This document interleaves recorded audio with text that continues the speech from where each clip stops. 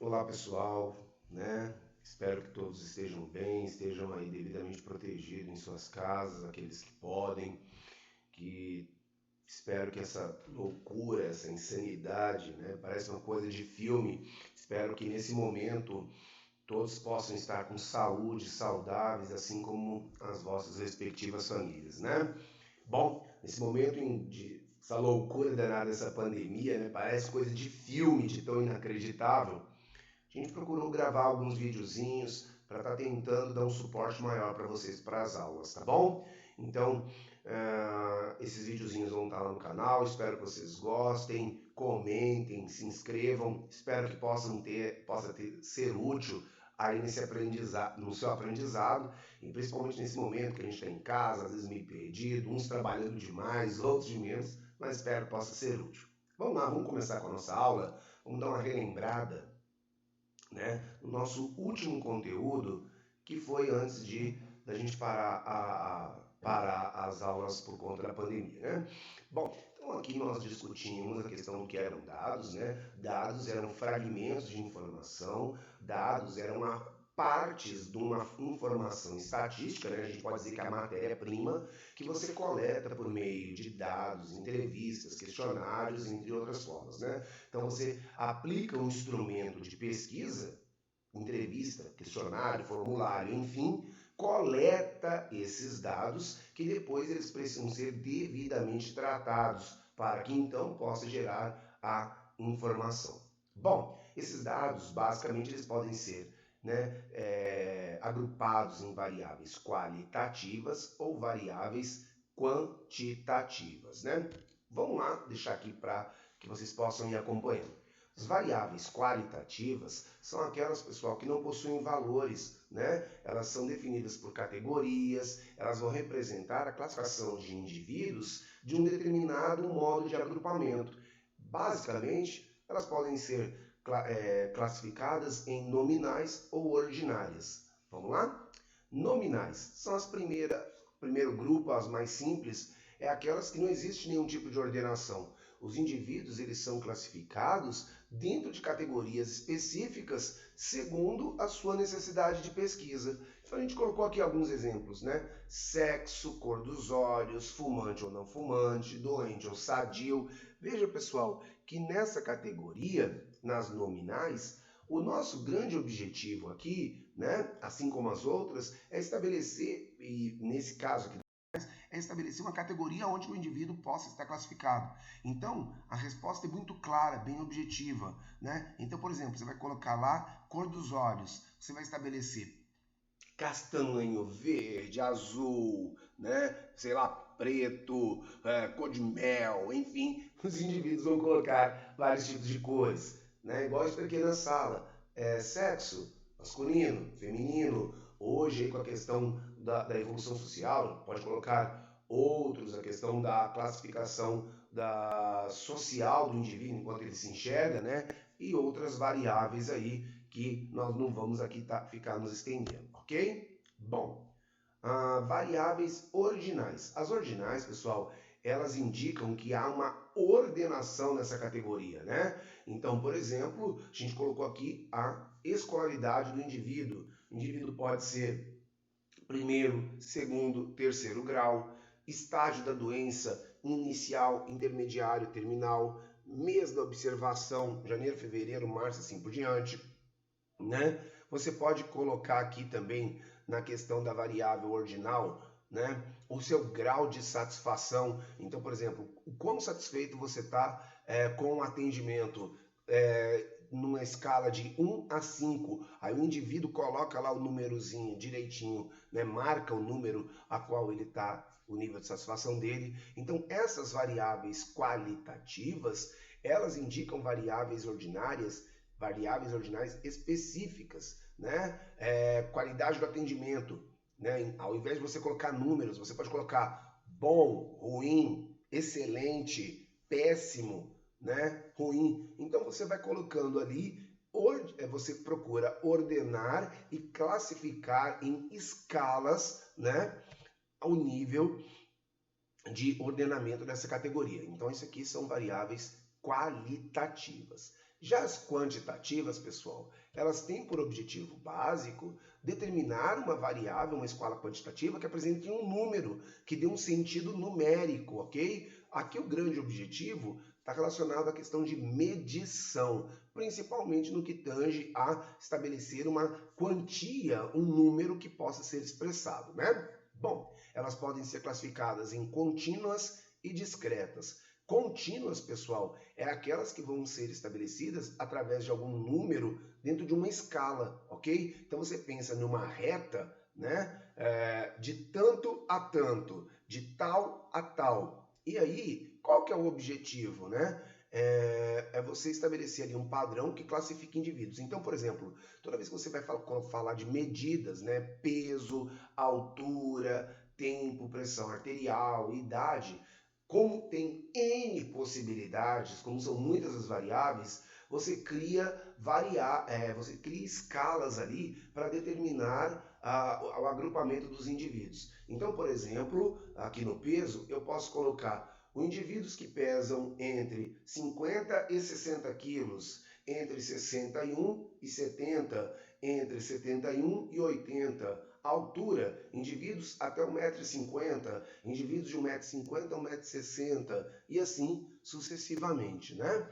Então, aqui nas nossas variáveis contínuas, o nosso objetivo é colocar qualquer tipo de valor, né? Qualquer valor dentro de um determinado intervalo, né? Por exemplo, peso. Peso, pessoal, vai depender da escala que você trabalhar, mas você pode ter indivíduos com 50,1 quilos, 50,25 quilos, 50 quilos e 250 gramas e assim por diante. Essa sua escala numérica aí, ela pode se tornar infinita dentro de um número e outro. Já as variáveis discretas, elas representam categorias específicas, né? Número finito e infinito. Então, por exemplo, para você estabelecer um determinado padrão, número de cigarros que o indivíduo fuma dentro de um dia. 1, 2, 3, 4, 5. Eu posso estabelecer um número discreto aqui, né? Pode ser uma escala? Poderia, mas aí ela vira variável contínua. Aqui não, a gente pode definir um número específico. Números de filhos por casal. 1, 2, 3, 4, 5. Veja que o mesmo casal, né, ele não pode colocar que ele pertence à categoria que tem 1 e que tem 5 filhos ao mesmo tempo. Isso não tem lógica. Então, sempre o objetivo aqui é categorizar, é colocar esses indivíduos dentro de um determinado nível de agrupamento, a qual seja interessante e de acordo com a sua pesquisa. Muito bem, então a gente terminou a aula. A nossa última aula havia sido terminada aí. Vamos dar uma olhadinha agora, né, naquilo, começando a aula agora já de modo mais técnico, compreendendo os processos de amostragem e os conceitos básicos em relação a isso, tá? O primeiro deles que a gente vai verificar aqui é que a estatística é uma parte da matemática que transforma dados em informações. Então, pessoal, não se iluda. O dado isolado, ele não quer dizer nada, né? Eu gosto muito de um autor na área contábil que chama Matarazzo, Dante Carmine Matarazzo, que ele fala que muitas vezes um dado isolado é como uma vela num canto, num quarto escuro. Então, se você colocar uma vela no chão, no cantinho de um quarto, ela não traz nada de luz para nós, né? Ela não vai iluminar, ela não vai clarear o ambiente. Agora, se você pegar a vela e cuidar dela direitinho, dar um tratamento adequado, colocar ela numa parte alta de um cômodo, né? Conseguir colocar ali a luz no centro de um ambiente, ela traz claridade, porque ela vai trazer luz para aquela informação. Mesma coisa do dado. O dado, depois dele devidamente tratado, agrupado, né? Ele vai trazer informações úteis que vão ser usadas para tomada de decisão. Então, isso que é a estatística. É a parte da matemática que agrupa, trata, coleta esses dados, traduzindo eles em informações úteis para que as pessoas possam tomar decisões mais assertivas, ok? Vamos lá.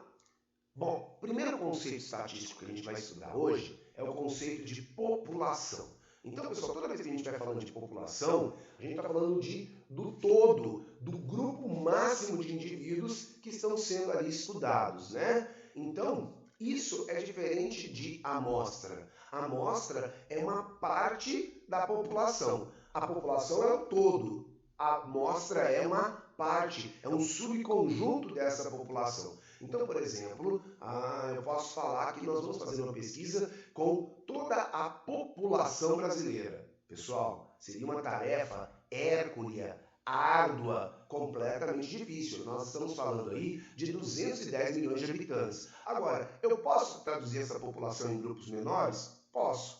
Tá bom? Então vai tudo depender do contexto de como você coloca. Então eu vou falar agora, eu quero tratar uma amostra. Eu vou pegar dessa população de 210 milhões de habitantes, eu quero fazer uma amostra com as mulheres entre 20 e 30 anos. Ou seja, eu estou pegando desse todo da população brasileira, eu só quero analisar as mulheres entre 20 e 30.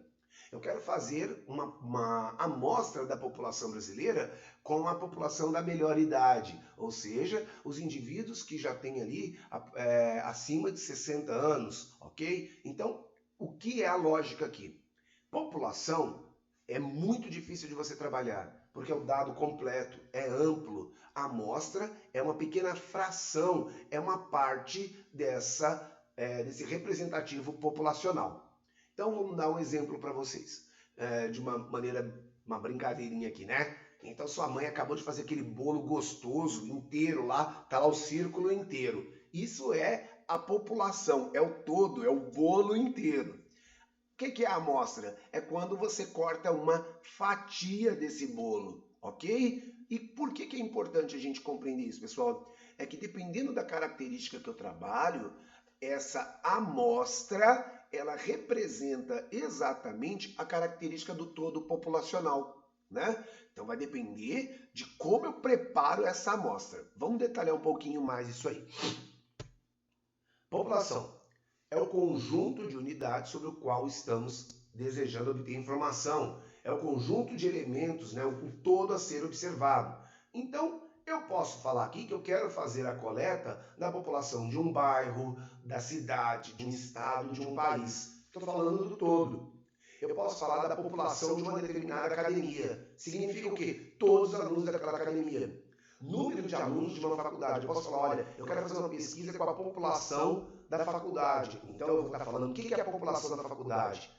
Os alunos, colaboradores, o funcionário, ok? Agora, isso é o todo. Eu posso falar que eu quero fazer uma pesquisa com a população da psicologia do campo cidade acadêmica. Significa que eu vou pesquisar todos os alunos que estejam matriculados no campo. Então, o que é importante aqui? É o contexto que você coloca. Mas, a priori, nós precisamos entender que população, eu estou me referindo ao todo, ao número completo de indivíduos dentro de uma determinada circunstância a qual eu me referi. Então, por exemplo, no Brasil, uma pesquisa que trata de população é o IBGE, né? Ele se encarga, o IBGE a cada 10 anos, ele cria o censo que coleta diversas informações e trata, né? Hashtag fica a dica, esse ano inclusive tem aí um trabalho, apesar que vai ser temporário, não sei como vai ficar diante dessa loucura aí da pandemia, mas esse ano estão abertas, né, o edital para contratação, né, o concurso público para contratação de censores pelo IBGE. O que é importante a gente compreender aqui? É que a população, pessoal, ela vai fornecer para você um parâmetro. O que é o parâmetro? É o dado concreto, porque como você examinou todos os indivíduos, então não tem margem para dúvida, não tem margem em tese para erro. Você analisou todos, então você tem uma informação muito correta, muito característica, né? Olha aqui, eu até coloco para vocês a característica de uma população. Então, toda vez que você faz um trabalho estatístico com população, ela vai te dar um parâmetro, vai te dar uma característica específica. Qual é o problema, pessoal? É muito difícil você trabalhar com população, é muito difícil você trabalhar com o todo, identificar todos os indivíduos dentro de uma determinada proposta que você tenha. Então, geralmente, quando a gente fala de trabalhos estatísticos, quase sempre eles nunca tratam de população, eles tratam de amostra, né? Por quê, pessoal? Porque, igual eu disse anteriormente, a amostra é uma parte selecionada, né, desse grupo que você pretende estudar. Então, a gente vai fazer a amostragem, né, para quê? Para baratear os custos do trabalho estatístico, porque você vai pegar uma fração ali daquela população, né? Então, toda vez que a população for muito grande, que ficar impossível você examinar todos os membros de uma determinada característica,